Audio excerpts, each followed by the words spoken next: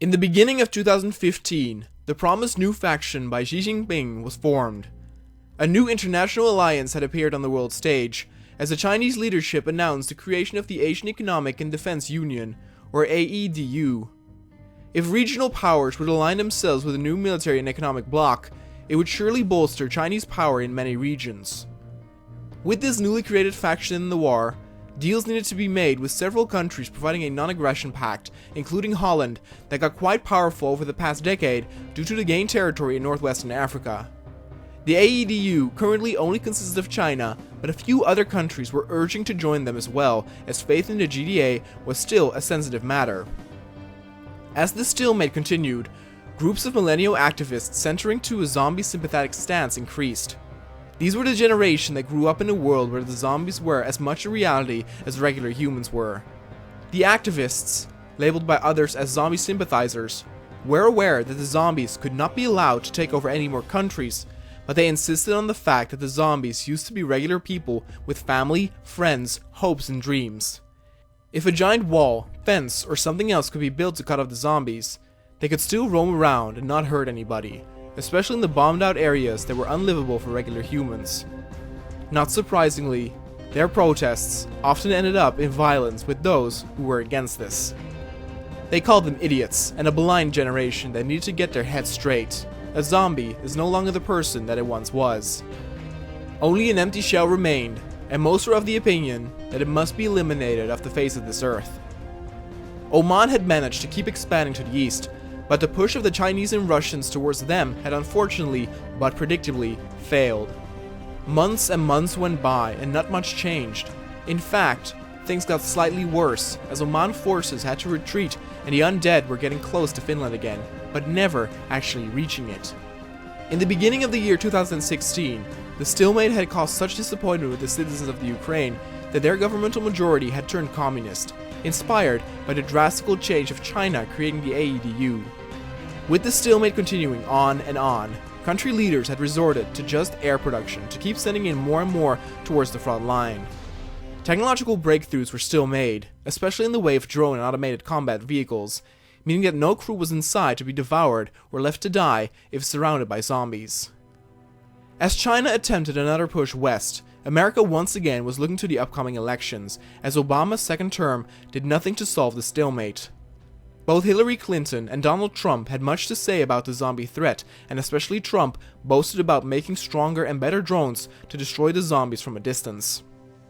The amount of human troops at the Ukraine border was immense, the soldiers already making more use of remote control turrets and drones armed with heavy missiles. At the Eastern Front, the amount of zombies were not that many, and so another push towards the western side of the European front was attempted. China had a lot of success in their advance, as they spearheaded their way westward, trying to link up with Turkey instead of directly Oman. As 2060 was halfway through, some movement had occurred here and there, but overall, people still considered the war as a stalemate. The human troops near the Finnish border were still able to hold their position, mostly due to the rough and forested areas. China was getting closer and closer to Turkey as nuclear bombs welcomed their arrival. China could also afford a push towards the European front as the distance between all the soldiers decreased once again. Battles were fierce in the last weeks to unite the Chinese and Turkish line with that of Oman. But then at the end of 2016, the distance seemed to increase again as the humans started to take losses. In America, Donald Trump came out victorious. Some thought that the only way to defeat the monsters was by another monster. Trump immediately started out with his forecasted Republican ideas, undoing a lot of Obama's issued changes over the last few years. Trump wanted to change things in Europe drastically, focusing on fully automated warfare, but also nukes on the largest hordes to deal the most damage. Close to 210 million zombies had already been slaughtered, but experts believed still more than 50 million were roaming around. Movement around the entire Russian front was difficult to measure, as it barely changed. Oman and China's front shifted drastically, sometimes against their favor, but in the later half of 2017, once again in their favor. Trump's discriminative words and slogans used during his campaign found their place in Trump's border protection reform, refusing refugees from all other continents in the fear that the virus might spread. Even though a vaccine had been made years ago by the Chinese and Mongolian scientists, Trump stood by the notion that the virus could mutate someday. China and Turkey issued a combined charge up north as they tried to take the mountainous area of the former Russian border region. With Trump noting the increase in nuclear bomb production, an increase of resource production would concur as well. China lost more and more territory, and the Russian mountains deemed difficult to take over. In Britain, Tony Blair's so-called reign of terror had come to an end. William Hague stood now at the forefront, focusing on a naval focus to strike at the zombies from the coast. With Trump's military innovation program, he reinstated the earlier mentioned automated combat with remote-controlled heavy APCs and armor. Even in 2018, the humans were not able to press on and dominate the battlefield. As 2018 drew to a close, gathered intel showed that the zombies were indeed at the point where they were losing troops quicker than they gained them. The amount was still comparable to somewhere around 4,000 to 6,000 human divisions, but Trump executed his promised plan of dropping nukes across the entire line of the heated European front. With this, they were still not able to push the pace, but some of the horde in the east started to migrate, giving China and Russia once again the opportunity to advance. The GDA's intel stood at a point where around 30 million zombies were left, but the push by China seemed too weak, and so more nukes were dropped on areas where an overwhelming number of zombies were located to relieve some pressure from the human soldiers like in the Middle East. And also, the troops near Sevastopol were relieved to see multiple bombs dropped on the undead in front of them, and then more nuclear bombs were dropped in the Middle East, creating a wide opening for a hard push from the south towards the mountains. The bombs that had been dropped over the past few weeks had depleted the zombie numbers greatly, as the largest groups had been wiped out with these precise strikes. The Russian mountains had been retaken in no time, and Russia was finally able to re-establish the link with the troops near Sevastopol. The front lines had never been this close. Less than 3 million zombies were left, foreboding that which so many thought was impossible after all those years of war. The Russians were still split and divided near the Finnish region, but the zombies did not have many units left in that area. Another precise strike with a nuclear bomb signaled the wrath of the humans on their undead enemy. All sides were now pushing, like a gaping mouth closing its clenching jaws to rip off the flesh of its victim. A small part of the Russian and Chinese front had almost been connected, meaning that the remaining horde of zombies would be cut in two. Nuclear bombs continued to drop, not only from America, and satellite imagery showed that the zombie menace had almost been wiped out.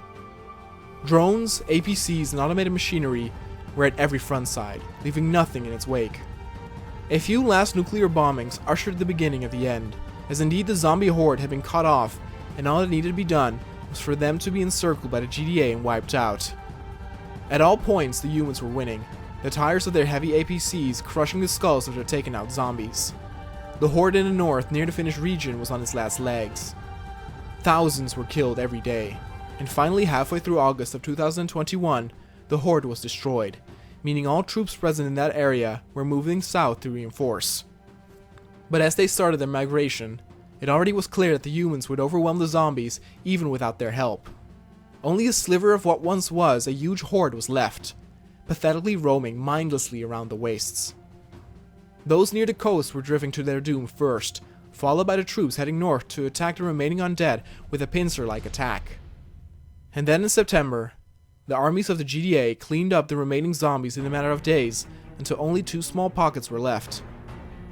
And finally, on September 8th, 2021, the last of the zombies had been put down. The soldier who put the bullet in the last zombie was immortalized by his quote, "This is for the lost souls, and all the souls who lost," paying respects to the soldiers who stood their ground for many years around Lebanon and Israel. World War Z had been won by the humans, after putting down 286 million undead. People could hardly believe it. After almost 20 years of war, the world was finally at peace again. Everywhere people celebrated.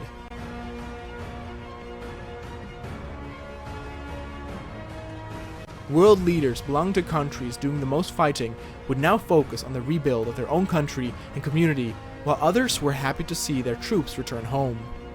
Countries besides Russia and China that had greatly retrieved lands for their own were Oman, Rwanda, and Holland, greatly increasing their economic and political power in the world. Trump, whose brutal and monstrous approach earned him a re-election, could not be prouder of his achievement, promising more change of America itself while ever keeping a watchful eye for the zombie virus to re-emerge. With the GDA mostly intact, new economic agreements and ideas needed to be made. Countries would need to look to the future from now on and see what would come next. Some were optimistic that peace was finally final, while others feared that it was only a matter of time before human nature would show its true self again and a new war could start somewhere. Countries from all over the world paid with this war in dear blood. For many of them, it was the deadliest conflict they had ever been a part of. Entire countries and cultures had been wiped off the face of this earth, but they were not forgotten. It was a war that made a large chunk of the globe unlivable for the next decennia. But world leaders promised that once again green would flourish in those areas, and that the world would never have to face such fear again as it did with World War Z. These words were ironic, as the true reason for the GDA's win was the resort of nuclear destruction. As indeed predicted, the monsters could only be defeated by other monsters, but no one would officially admit to that statement. And with that, 2021 came to an end, and a new era for humanity had started.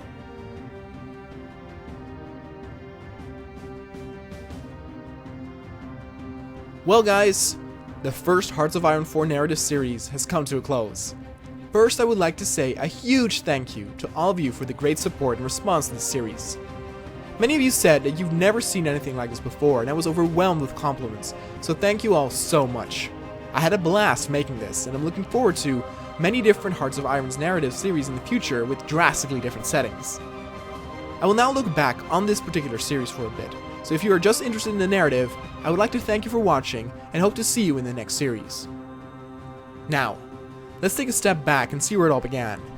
The mod created by my good friend Raz is far from finished and actually has quite a few bugs, glitches, and stuff that needs to be added before it becomes public. For instance, the zombie virus had never the possibility to move across seas to a different continent. Raz did not really want the zombie AI to start doing naval invasions, but instead, he eventually wanted to create a focus tree that would lead up to a potential event where the virus would spread.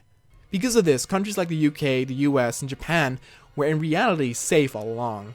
Of course, I did not want to say this in the comments, as that would ruin the suspense for some of those countries.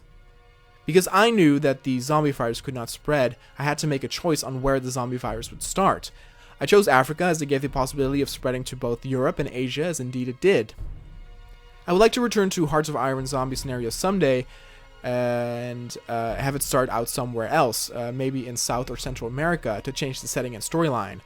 For example, one of the reasons why the zombies got so strong in this particular series is that it only took over countries in the beginning that were not in NATO.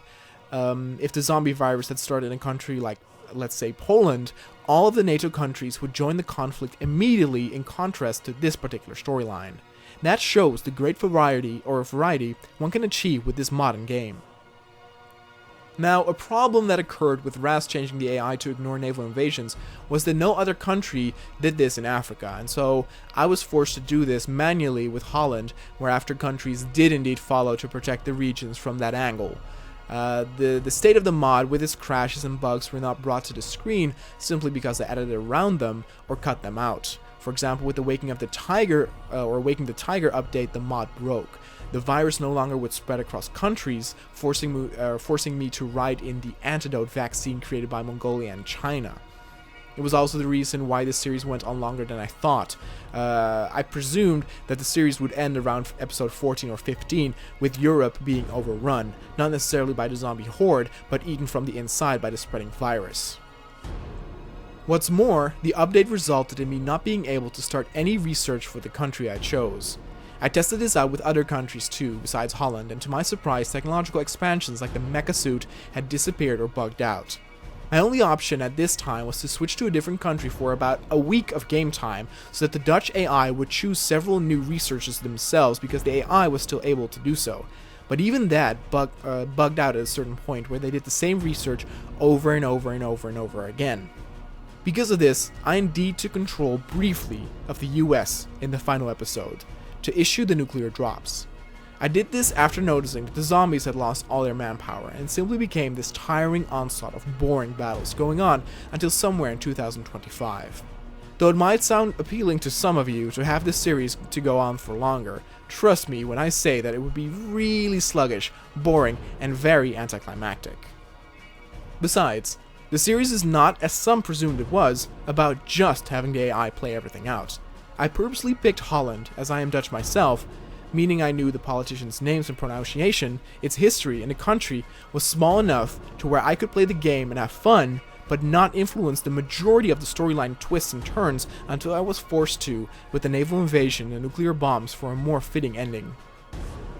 I was surprised to find out that many of you had second thoughts about the zombie sympathizers, whereas nowadays they are sympathizers of flowers, as one of you mentioned in the comments. They're activists for rights of flowers somewhere in Europe, and with all this political correctness that is going on is to the point of ridiculousness. Of course, I myself did not think that there would actually be people who would root for the zombies, but it was a statement on how millennials today are often too sensitive and too political correct on certain subjects. But also, in case you are interested, go back to some of the videos of this series and scroll through the comments on the videos, and you will see a surprising amount of people rooting for the zombies. Whether these are trolls or just kids with a lot of fantasy, I do not know. All in all, I would say that I'm very happy with the result and very proud of this created story. For those of you wondering if it was worth continuing just to see how the countries would react post-war, let me just reassure you that nothing would happen, as the GDA event of the mod dismisses all war goals being able to be made by any country. I love the fact that you guys discussed amongst yourselves what would happen next, or what you would do if you were the leader of a particular country. I also love that certain events like the death of the lost souls, a story completely fabricated by myself, actually impacted some of you. This storyline even spawned a fan fiction by one of you, and I could not be prouder. I currently also have the Cold War Gone Hot storyline going on, and I'm planning to do more storylines in the future. I should say though that most of these stories will not be as long as this one. They are often meant to be around 7, 8, or 9 episodes, mostly focusing on the war at hand. For example, if I were to make a series around World War I, it would only span the 4 years of the war, or longer until the war was over. World dominance is something I am not seeking on a narrative level, unless it might be with Raz's Battle Royale mod. As of this moment, I do not know when the zombie mod will be released, but Raz said he will continue to work on it to release it someday. Anyways guys, thanks again for such overwhelming love and support, and I hope you will join me again in our next epic story and adventure.